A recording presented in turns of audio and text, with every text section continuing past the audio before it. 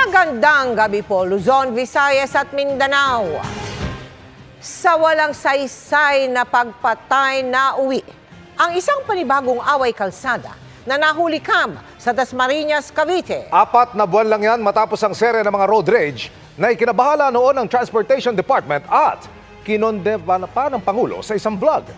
Batay po sa investigasyon sa bagong insidente, away trapiko ang ugat ng pamamaril. Patuloy na tinutugis ang gunman at nakatutok si Jomer Apresto. Umaga nitong Miyerkules, makikita ang pagdaan ng dalawang sasakyan na yan sa Abad Santos Avenue sa Barangay Salitran 3, Dasmariñas, Cavite. Pareho silang huminto. Nagbukas ng bintana ang driver ng pulang kotse at sabay ulit silang dahan-dahang umandar. Pero ilang saglit lang, humarurot na ang pulang kotse at naiwan na ang puting pickup na minamaneho ng 54 anyos na si Mayo Junel Santos na empleyado ng Meralco. Sa kuhang ito, makikita na si Santos na duguan.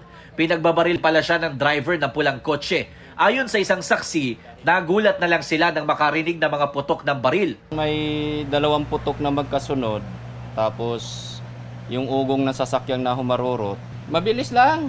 Sinubukan pang isugod sa ospital si Santos pero hindi na rin siya umabot ng buhay. Ayon naman sa katrabaho ng biktima, walang nakakaaway sa kanila si Santos. Kagagaling lang din raw nito sa kanilang opisina sa Dasmariñas at papunta sana siya ng Ortigas nang mangyari ang pamamaril. Nagpaalam na rin daw siya sa mga gwardiya doon dahil magre-retiro na sana siya sa katapusan ng buwan. At 31 pa siya na magre-retiro. Ay wala, napakabait noon. Sabi naman ng malapit na kaibigan ng biktima, halos kalalabas lang ni Santos ng ospital at kababalik lang niya sa trabaho. Wala raw siyang alam na nakakaaway ng kanyang kaibigan dahil wala naman itong bad record lalo na sa kanilang barangay. Wala talaga. Talagang totoo, hindi siya mahilig makipag-away. Napakabait na tao talaga. Ay naman sa pulisya, away trapiko ang nakikita nilang pangunahing motibo sa pamamaril. Ito po ay isang insidente po ng road rage po.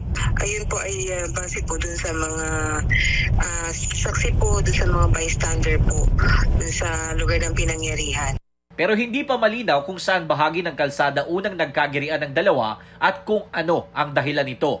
Kinondena naman ng Meralco ang pagkamatay ng kanilang empleyado at nagpaabot ng paikiramay sa pamilya ni Santos. Nakikipag-ugnay na rin daw sila sa mga kaanak ng biktima para magbigay ng tulong.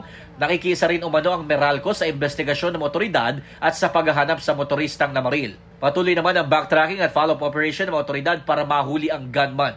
Nakipag-ugnay na rin daw sila sa Land Transportation Office o LTO para matrace ang pulang kotse na ginamit sa krimen.